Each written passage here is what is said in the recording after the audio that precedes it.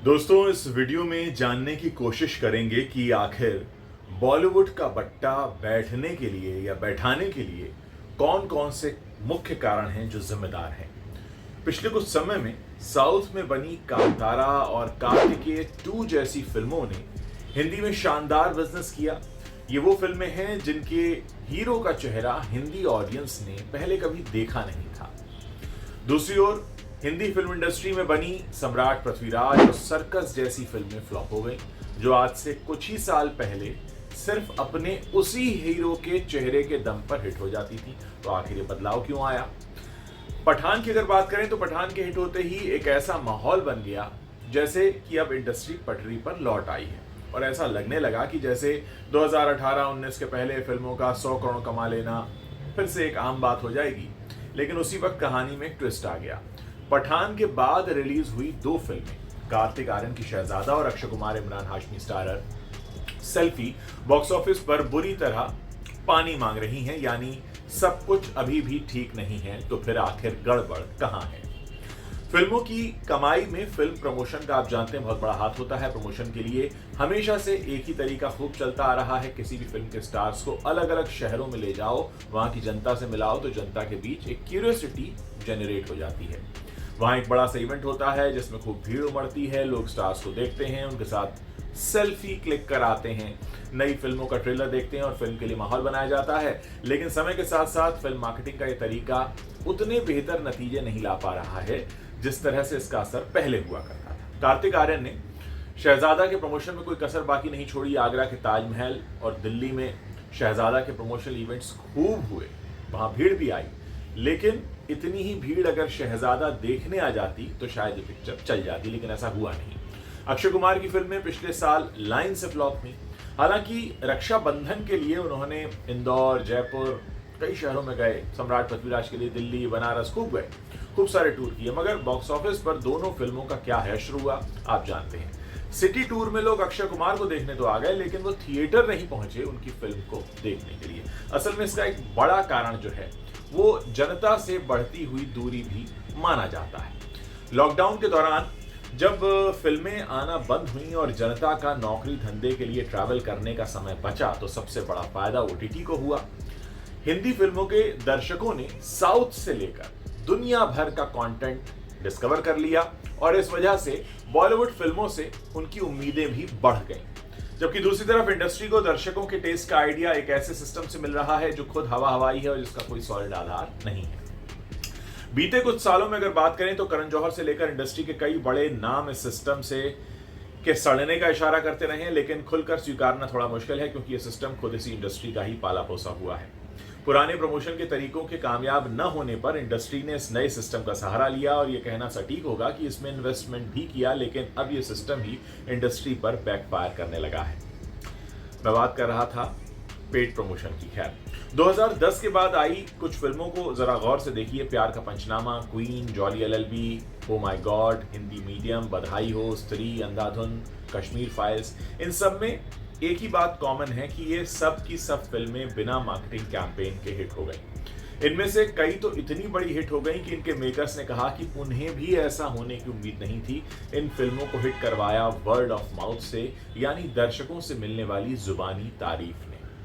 कम budget की फिल्मों को जनता की तारीफें मिलती हैं तो वो बहुत जबरदस्त कामयाब हो जाती हैं, और वर्ड ऑफ माउथ को असल में कई बार मैन्युफैक्चर करने का एक कोशिश डिजिटल मीडिया, सोशल मीडिया पर भी होती है, इन्फ्लुएंसर्स के जरिए, ताकि जो ठीक ठाक फॉलोअर्स रखते हैं वो उस फिल्म की तारीफ कर दें तो लोगों ने देखने चले जाएंगे। सीधा कैलकुलेशन ये बनता है कि अगर सोशल मीडिया पर अच्छी फैन फॉलोइंग रखने वाला कोई व्यक्ति फिल्म की तारीफ कर दे तो ज्यादा से ज्यादा लोगों के थिएटर पहुंचने का चांस होगा और फिल्म हिट हो जाएगी।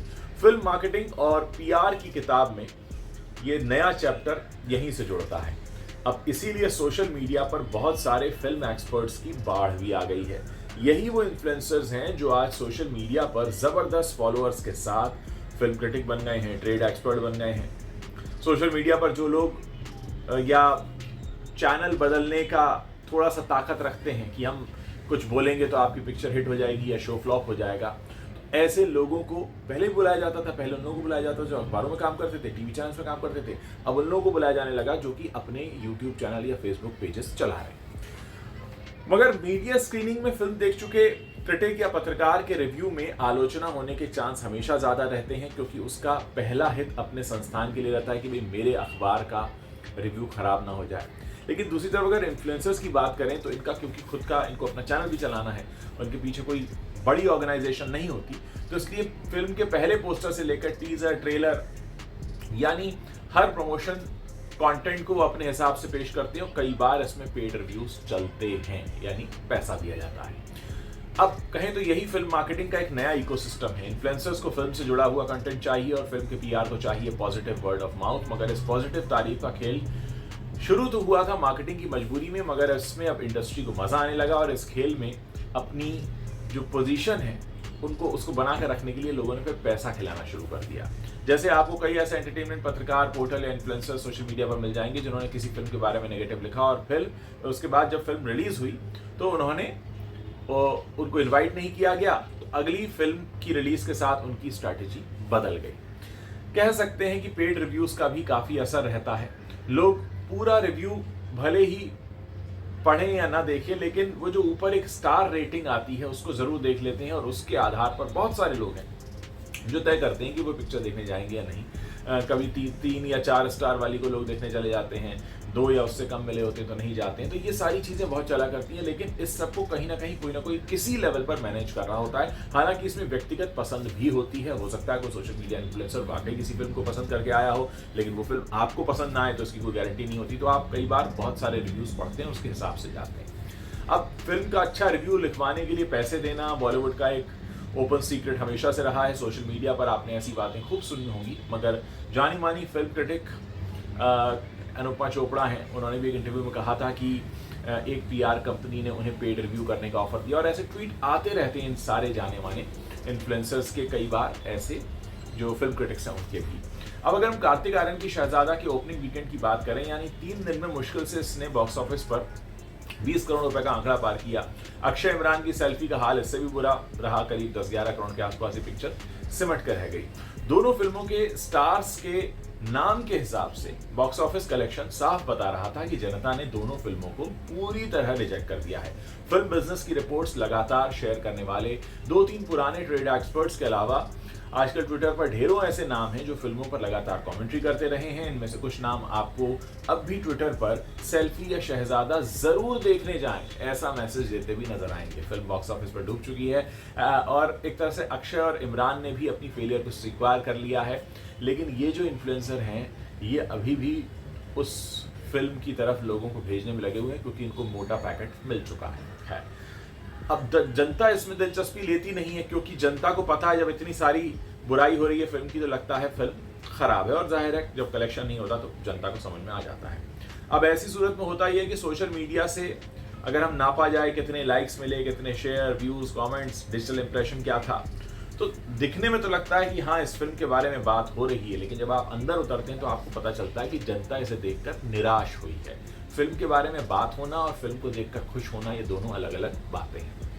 अब बहुत सारी पीआर कंपनीज ऐसी हैं बॉलीवुड में जो इंटरव्यू देकर, इंटरव्यू एक तरह से उनके लिए एक घूस होती है, एक रिश्वत होती है कि तुम हमारी फिल्म की तारीफ करोगे तो हम तुम्हें इंटरव्यू देंगे। और बहुत सारे यूट्यूबर्स हैं, बहुत सारे सोशल मीडिया इन्फ्लुएंसर्स हैं जो चाहते हैं कि हमको इंटरव्यू मिले, इसलिए भी झूठी तारीफ भी कर देते हैं। अब जितने आप अगर इंटरव्यू देख लें तो हर इंटरव्यू में सेम सवाल और सेम जवाब होते हैं, यानी हर किसी को बस वो एक मेडल लगाना होता है कि ये इंटरव्यू मैंने किया है, एक्सक्लूसिव मेरे साथ बैठकर किया है, लेकिन उसमें जनता का कुछ भला नहीं होता। इस खेल की एक दूसरी साइड भी है। सोशल मीडिया पर कई बार इंडस्ट्री से ऐसी बातें सामने आ चुकी हैं कि किसी रिव्यू करने वाले ने किसी फिल्म मेकर को ब्लैकमेल किया कि अगर पैसे नहीं मिले तो फिल्म का नेगेटिव रिव्यू शेयर कर दूंगा। पिछले साल मलयालम फिल्म मेकर हैं रोशन एंड्रूज, उन्होंने थिएटर्स से अपील की कि जो यूट्यूब रिव्यूअर्स को बैन कर दिया जाए, क्योंकि उन्होंने आरोप लगाया कि यूट्यूब पर रिव्यू करने वाले ये लोग थिएटर्स के बाहर पहुंच जाते हैं और फिल्म पर जनता की राय रिकॉर्ड करते हैं, जो पॉजिटिव और नेगेटिव दोनों हो सकती है। उन्होंने अपील की थी कि इससे फिल्मों को नुकसान होता है। और बाद में ऐसी बाइट्स और क्लिप्स शेयर करते हैं लोग सीधा प्रोड्यूसर से कि देखो तुम्हारे बारे में 10 लोग बुराई कर रहे हैं, मैं इसको चला दूं अपने चैनल पर, और फिर इसके बदले वो पैसा भी लेते हैं। आपने सोशल मीडिया पर KRK को भी काफ़ी कमेंट्री करते देखा होगा। ये भी अलग अलग तरह के बयान देते रहते हैं, किसी भी फिल्म को नीचे गिराने की बात करते हैं। तो तमाम तरह के ऐसे लोग हैं, कुछ लोग पॉपुलर हैं, कुछ को जनता देखती है, कुछ को नहीं देखती, कुछ को इसलिए देखती है उनकी लैंग्वेज उन्हें अच्छी लगती है।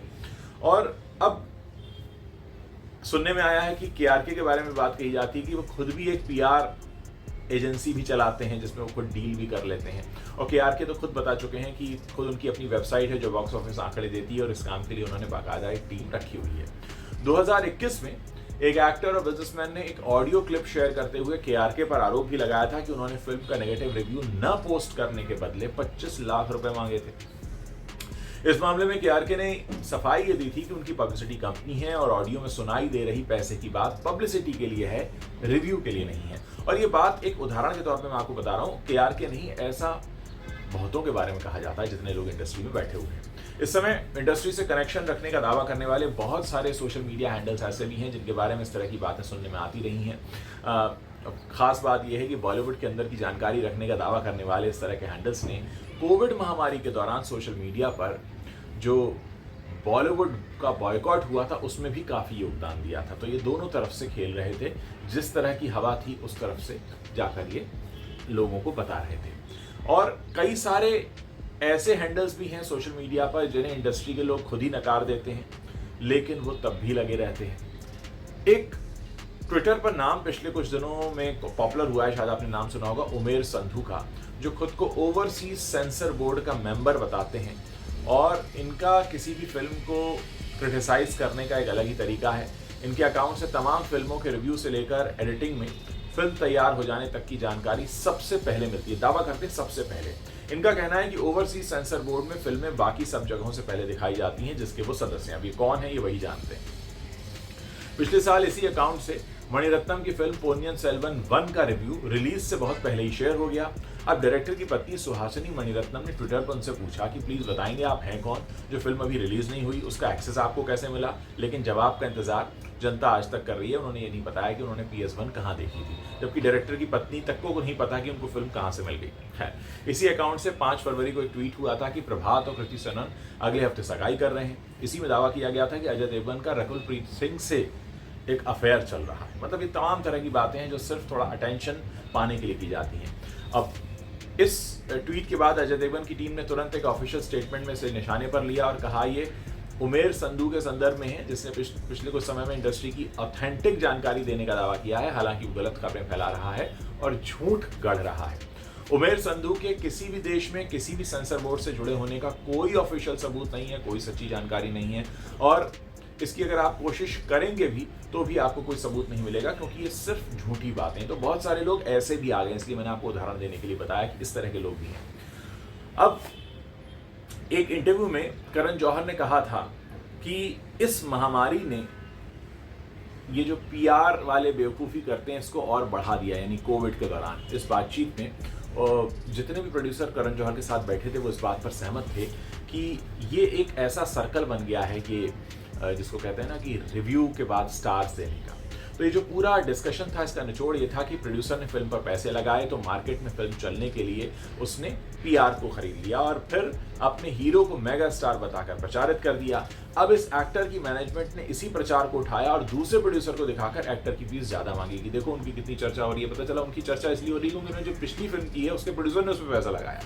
तो इसी तरह से ब्रांड वैल्यू बढ़ती चली जाती है, यानी एक झूठी वैल्यूएशन बढ़ती जाती है सिर्फ इस वजह से क्योंकि एक फिल्म आपने कर ली है और उस फिल्म के PR ने आपका शोर मार्केट में मचा दिया था।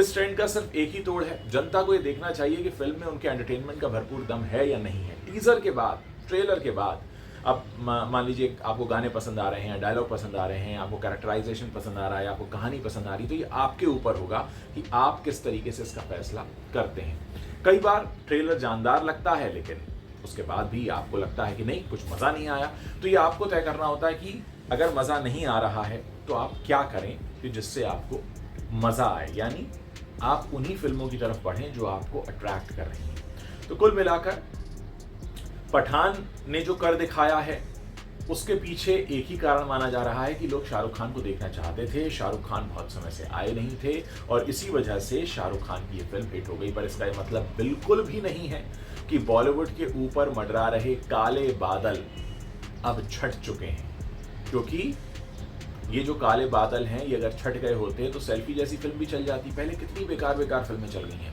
सलमान खान की ज़्यादातर फिल्में जिसमें लोगों का दावा होता है कि वो एक्टिंग होती ही नहीं, वो तक फिल्में चल गई, लेकिन सेल्फी नहीं चली। ये इस बात को बताता है कि पठान का चलना पूरे बॉलीवुड का हिट होना नहीं है, सिर्फ शाहरुख खान की फिल्म चल गई और शाहरुख खान भी इस भुलावे में ना रहें कि उनकी अगली फिल्म भी इतनी चल जाएगी। अगर उनकी फिल्म में वाकई दम होगा डेफिनेटली चलेगी, फिल्म में दम नहीं होगा नहीं चलेगी। बहुत सारी पीआर टैक्टिक्स चला करती हैं, बहुत कुछ चला करता है दोस्तों। हम आपको आगे भी ये बताते रहेंगे कि किस तरह से फिल्मी दुनिया आपको मोहने के लिए, आपको अपनी तरफ खींचने के लिए कौन कौन से हथकंडे अपनाती है। उम्मीद है इस वीडियो में आप ये समझ पाए होंगे कि कैसे एक पीआर मशीनरी काम करती है, कैसे कुछ सोशल मीडिया हैंडल्स काम करते हैं और कैसे आपकी सोच और आपके फैसले को बदलने के लिए काफ़ी सारा पैसा खर्च किया जाता है और इस चक्कर में कई सारे बड़े बड़े स्टार्स का फ़ायदा हो जाता है, क्योंकि बहुत सारी पीआर मशीनरी जो है वो उनकी ब्रांड वैल्यू बढ़ा देती है, जिसकी वजह से उन्हें अगली फिल्म उससे भी बड़े अमाउंट की मिल जाती है।